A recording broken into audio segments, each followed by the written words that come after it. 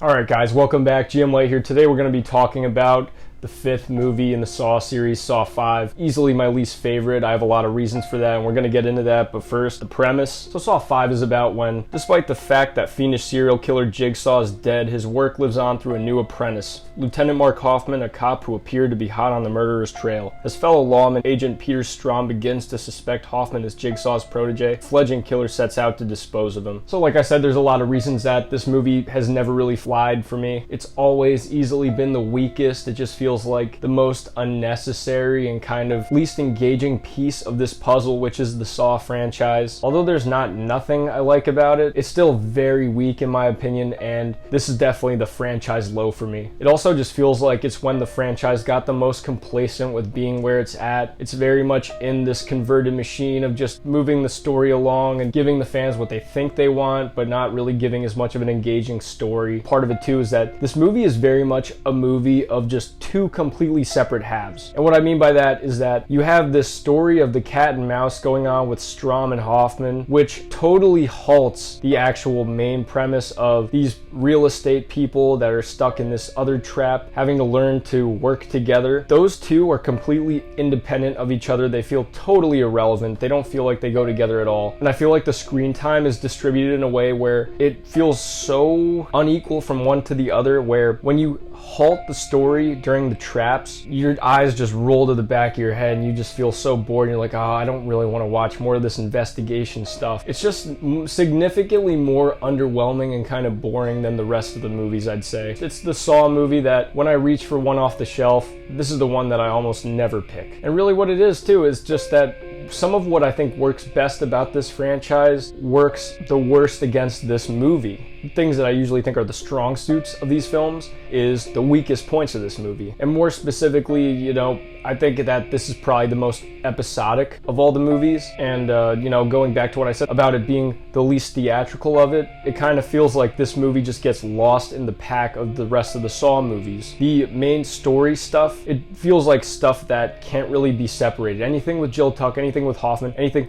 The fact that Strahm is alive is the only thing that really makes me remember anything about this movie when it's not focused on the games. So much of it is subplots and stuff that's just waiting to get followed up in another movie. This movie takes too much time just setting up all these pieces that are going to be answered later. But I don't want to get ahead of myself. We could go with the good first. So even if it's obvious that all the people could have survived the main set piece of traps, I do think that some of the set pieces are actually pretty great in this movie. Especially too, I really dig the one at the end with the saw blade. One of the very few traps in this franchise that actually get kind of a more visceral reaction out of me. I get kind of grossed out by them putting their hands in the saw blade. One of the few that are actually, they affect me. So I gotta give it props for that. As well as that, the Jigsaw flashbacks, they're always compelling. Just getting Tobin Bell as Jigsaw whenever there's time with him. Whatever he's saying, no matter what, it's always interesting. It always makes you think. And that's why he's just easily the best written character in this whole franchise. I could watch a movie about him just talking and I'll always be hooked. They don't give him especially a lot to do in this, but it's still cool to get some time with him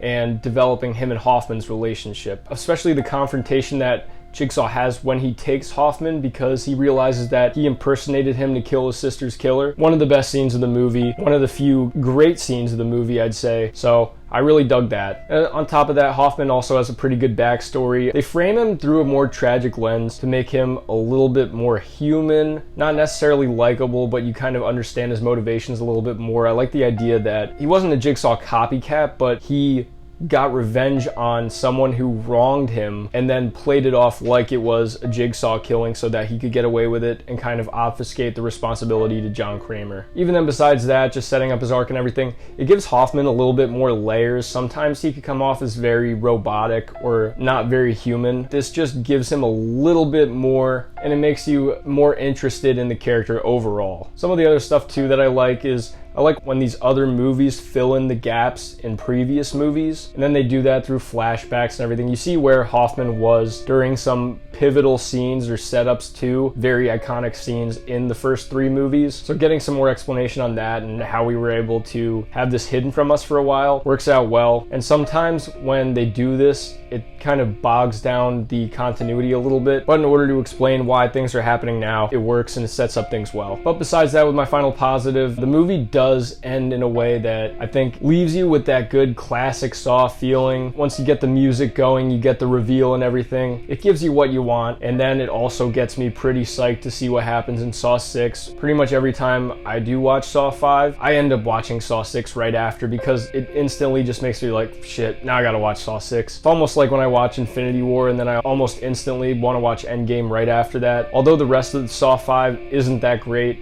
I will say that that ending gets me always wanting to watch Saw 6. In terms of bad, this set of characters, they're not very interesting or likable. And I guess you don't need them to be likable if you just want them to be cannon fodder, but you don't attach to any of them. You don't really want them to survive. But they're also not bad enough to the point where you just want to see them like suffer. Like, they just sometimes are acted kind of poorly and they're just frustrating to be around. I forget her name, but I like the one who plays Deb in Dexter. She usually does a good job, and I think that she was easily the strongest of the characters surviving this trap in this movie. But then you contrast her with the rich kid in the movie. He's just terribly acted and insufferable, so it's kind of tough, and you don't want him to survive. I meant Rita, not Deb from Dexter. That was my bad. But also too, there's just too much of that investigation type subplot in this movie. I think there was a way where they could have more sparingly done the cat and mouse between Strom and Hoffman in a way where it was more captivating, but they don't really do that. It bogs down the movie a lot, and then whenever they intersplice the investigation stuff in between the set pieces in the main game, it just screeches the movie to an absolute halt. It kind of gets frustrating because when you get into these games and then you start to get a little bit more into it and then it cuts back to the investigation stuff, you're just like, oh, come on, like, I don't want to deal with this again. And then it lingers on it for too long. You get bored. When you get back to the trap stuff, then you're a little bit uninvested. It's the most unevenly paced of these movies, and it just slows it to a crawl. I don't feel entirely engaged when watching this movie because of that fact. And despite the fact that Hoffman does grow on me, and I like him significantly more than the first time that I watched this series, this movie makes him kind of the subject of why you're bored during this movie, and that kind of sucks sometimes, because I think he's a good character, but since he's so intrinsically involved in the slowing down and the stops and the starts within the structure of this movie, he kind of contributes to the boredom. It doesn't do him any justice. It makes you like him less and like seeing him less. It's also too, so little happens during this cat and mouse of Strom figuring out that Hoffman is one of the Jigsaw apprentices that it really makes this movie feel like there's nothing actually happening and that the plot's not really moving forward. And maybe it would if more was going on, if there was some other pieces in the background kind of being figured out and moved, but really all that happens, and even Strom figuring out that Hoffman is a Jigsaw apprentice, in the end doesn't matter because of the fact that, spoilers, Hoffman just kills him in the end. So the whole journey that Strom goes on this whole movie to figure out that Hoffman is a protege gets undone by the fact that Hoffman simply kills him. And then, spoilers for 6, it makes it feel like that development that happens in this movie with the main story was completely arbitrary and unnecessary by the fact that they figure out halfway through the next movie, and by they I mean the full police force, that Hoffman's Jigsaw's protege. In this movie, you just have a guy figure it out and then die, completely negating any kind of contribution or development to that main story. It would be one thing if they kept it that way, and that because of that he doesn't get found out for a way long time, but he gets found out the next movie anyway by all the cops, so what even was the point of Strom figuring it out? All this to say that it really gives you filler episode feeling. It very much lags and kind of keeps you on the smaller scale where the movie doesn't feel like much is going on, and then all that legwork too that it's doing with the story, that's what it feels like.